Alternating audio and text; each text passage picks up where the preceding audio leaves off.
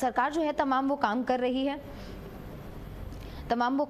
है, लेकिन अभी भी कहीं ना कहीं कुछ ऐसे सवाल हैं जो पूछा जाना चाहिए सरकार से। और आज हमारे साथ सरकार का पक्ष रखने के लिए बीजेपी के नेता हैं नवीन शर्मा जुड़ गए हैं। सर, आपका बहुत बहुत स्वागत है नवीन जी, सबसे पहले भारत अपडेट पर।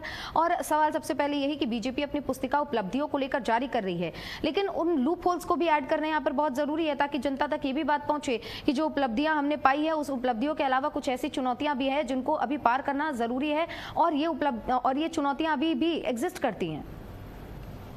नमस्कार आपके सभी दर्शकों को और हमारे साथी प्रवक्ता और आप सभी चैनल वासियों को।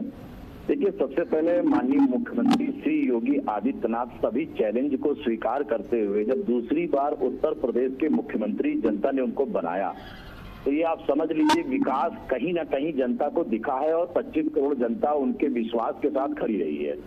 रही बात 100% सोना भी प्योर नहीं होता है, तो अगर एक मुख्यमंत्री इतने पिछड़े प्रदेश को संभालते हुए अपने जो शासन काल है, इतना बड़ा उत्तर प्रदेश है, भारत के सभी सबसे बड़े राज्यों में एक हमारा प्रदेश है, और उस राज्य को जहां पर इतनी लूट घसूट हुई हो, जहां पर लोगों ने इतना पैसा मंत्रियों ने बर्बाद किया हो, उसको संभालते संभालते व्यापार से लेकर कानून व्यवस्था तक अपराध को नियंत्रण करने में जो माननीय मुख्यमंत्री जी ने महत्वपूर्ण भूमिका निभाई है, इसके लिए पूरे उत्तर प्रदेश के वासियों से धन्यवाद दिया। ठीक है नवीन जी, आप हमारे साथ बने रहेगा। डॉक्टर पूजा मिश्रा, प्रवक्ता सपा, हमारे साथ जुड़ गए हैं। बहुत बहुत स्वागत है मैम, बहुत दिनों बाद आपसे एक बार चर्चा का अवसर फिर से प्राप्त हुआ। सबसे पहले सवाल तो यही कि अब से थोड़ी देर में पुस्तिका का विमोचन होगा जिसमें 9 साल के कार्यकाल के दौरान उपलब्धियां, तमाम योजनाएं जो है वो सरकार गिनाने का काम करेगी। लेकिन इस बीच सपा बार बार और विपक्षी पार्टियां बार बार आरोप लगा रही है कि ये जो पुस्तिका है इसमें ये जो उपलब्धियां गिनाई जा रही है, ऐसी कोई उपलब्धियां सरकार के पास है ही नहीं, ये सिर्फ जनता को बरगलाने का काम किया जा रहा है। क्या इसमें कितनी सत्यता है?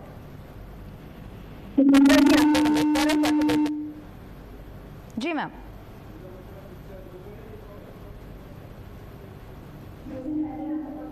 कॉरिडोर का उद्घाटन किया था माननीय जो है रक्षा मंत्री महोदय और माननीय मुख्यमंत्री उत्तर प्रदेश ने, और उसमें आज की डेट में 20 फीट गड्ढा है। आपने देखा होगा कि जो है एक रात रोड बनती है, दूसरी रात ही उखड़ जाती है। अभी मैंने देखा कि आप अपने जो है इंटरव्यू में बता रही थी कि बिजली समाजवादी पार्टी सरकार में महज 3 घंटे आया करती थी और अब वर्तमान की सरकार में वो जो है 20 घंटे आ रही। कहाँ किसे मिल रही है? हमारे AK शर्मा जी जो ऊर्जा मंत्री हैं वो तो जो है अधिकारियों को धमकी दे रहे थे कि आपको कोई बचा नहीं सकता है, बिजली नहीं आ रही। आपको ध्यान ही नहीं है कि उत्तर प्रदेश के विधानसभा में भाजपा सरकार के स्वयं के विधायक प्रश्न पूछ रहे थे बिजली को लेकर के। आपको ध्यान नहीं है कि एक लाइनमैन ने भाजपा के मंत्री से कहा था कि अगर आपको इतनी परेशानी हो रही है तो ठीक है पूजा मिश्रा जी, ये जाहिर सी बात है जिस तरीके से बिजली को लेकर आप मुझे मेरी विश्वसनीयता पर सवाल उठा रही हैं। नवीन शर्मा जी, अब ये बात तो पूजा मिश्रा जी ने भी बोल दी कि ये भाई बिजली तो आ नहीं रही है, इसको लेकर संसद में भी सवाल उठाया गया है। अब इसको लेकर आप क्या कहेंगे? अब बिजली का एक नया जो है उसको लेकर चर्चा शुरू हो गई है। देखिए, सबसे पहले उत्तर प्रदेश सरकार 25 करोड़ जनता के हित के लिए काम कर रही है, और वहां पर छोटी छोटी कमियों को भी हम कहीं ना कहीं जो शासन है, प्रशासन है, उसको बकायदा माननीय मुख्यमंत्री जी ने स्वयं हैंडल करके और उत्तर प्रदेश की जनता की समस्याओं का समाधान करने के लिए ज्यादातर उनके हैंडल टू वर्क किया है ताकि जन जन की बात शासन तक पहुंच सके।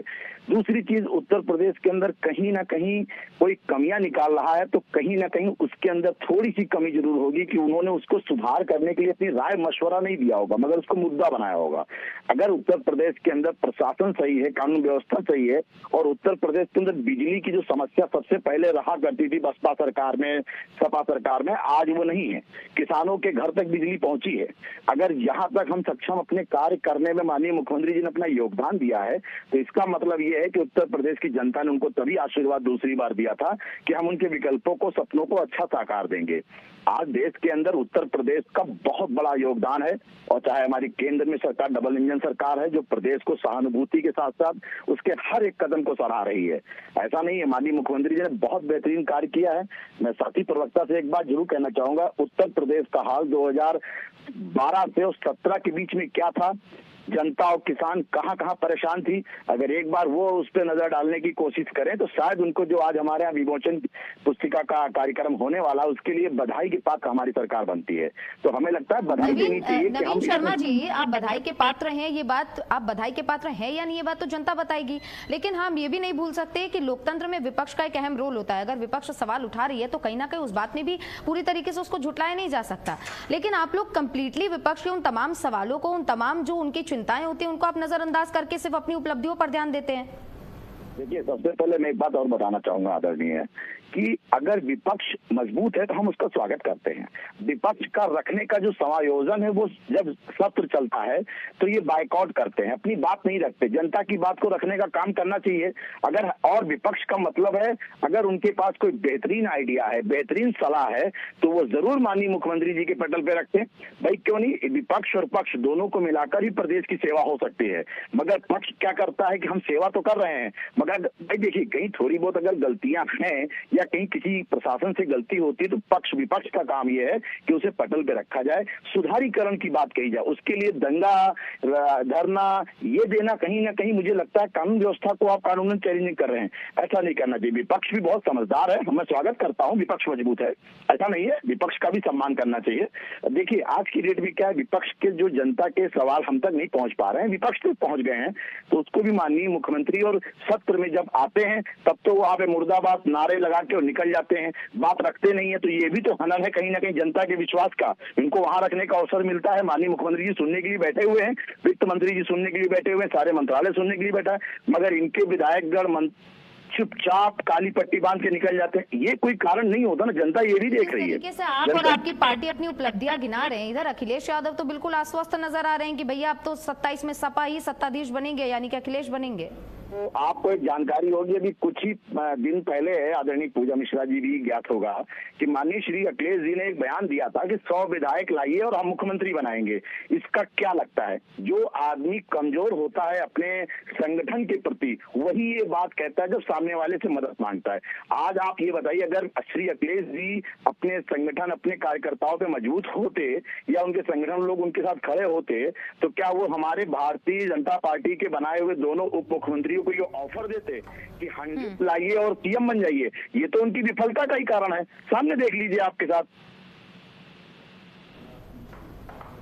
जाहिर बात है नवीन शर्मा जी, लेकिन अब इतने सारी चीजों के बीच में सवाल तो ये भी उठता है ना कि महिला सुरक्षा आज भी एक बड़ा चैलेंज है, भ्रष्टाचार आज भी एक बड़ा चैलेंज है, कहीं ना कहीं दबंगों के हौसले अगर हम कहें तो बुलंद होते जा रहे हैं, हर छोटी छोटी बात पर मारपीट, फायरिंग, इन तमाम चीजें सामने आ रही हैं। इन सारी चीजों पर आखिर लगाम कब लगेगा? आम जनता को इन सारी चीजों से राहत कब मिलेगी? आपकी बात का सम्मान करता हूं और जनता की सुरक्षा का पहला जो कर्तव्य है वो शासन सरकार का है। भारतीय जनता पार्टी की सरकार उत्तर प्रदेश में जनता ने बनवाई है, तो हमारा पहला फर्ज बनता है कि अपनी जनता के हित में ही कार्य करें, उनकी सुरक्षा का हमारा पहला दायित्व है।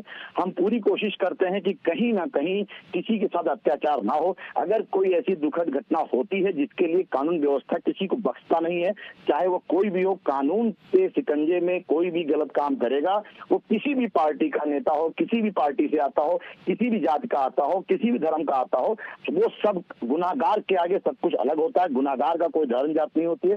शासन सत्ता बहुत परफेक्ट माननीय मुख्यमंत्री जी चला रहे हैं, कहीं कोई दिक्कत नहीं। अगर कोई चीज अचूक होती है या चूक होती है, उसके लिए कानून व्यवस्था में कोई रियायत किसी के लिए नहीं है, उसके लिए कानून प्रशासन बहुत टाइट है। के साथ आपसे, क्योंकि अब 5 राज्यों में चुनाव होने वाले जिनमें से बंगाल सबसे ज्यादा अहम है, क्या लगता है बंगाल में क्या स्थिति आप देख रहे हैं और बीजेपी के लिए कितना बड़ा चैलेंज है ममता बनर्जी को हराना? देखिए, सबसे पहले तो एक बात बता दूं कि बंगाल प्रदेश एक ऐसा प्रदेश है जिसके अंदर हिंसा कितनी हुई है पिछले 10-15 सालों में, ये वहां की जनता बता चुकी है और वहां की जनता ही अब ये डिसीजन लेना चाह रही है कि हम बदलाव चाहते हैं। माननीय प्रधानमंत्री जी ने इतनी केंद्र की योजनाएं देश भर में चला के रखी, मगर माननीय आदरणीय ममता बनर्जी जी ने केंद्र की किसी भी योजना को अपने वहां नहीं जोड़ा। उन्होंने उसका लाभ जनता को सीधे मिलना था मगर नहीं मिल पाया। आज की डेट में वहां की जनता केंद्र से जुड़े हुए सभी लाभ को पाना चाहती है। माननीय प्रधानमंत्री जी ने जो वहां का विषय वस्तु रखा है कि हम धर्म जात से ऊपर उठकर विकास की राजनीति करते हैं, और भारतीय जनता पार्टी इस बार पूरे बहुमत से बंगाल में अपनी सरकार बनाने जा रही है और वो जनता बना रही है वहां पे कि जनता चाहती थी कि हमें बदलाव चाहिए, तो दीदी जा रही है और बीजेपी आ रही है।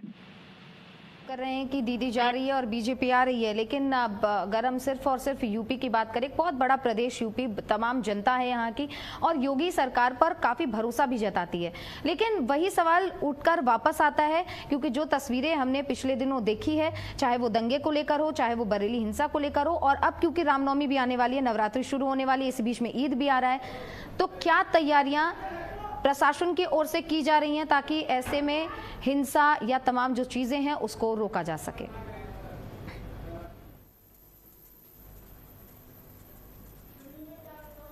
शुभकामनाएं, माता रानी की कृपा सब पे बनी रहे।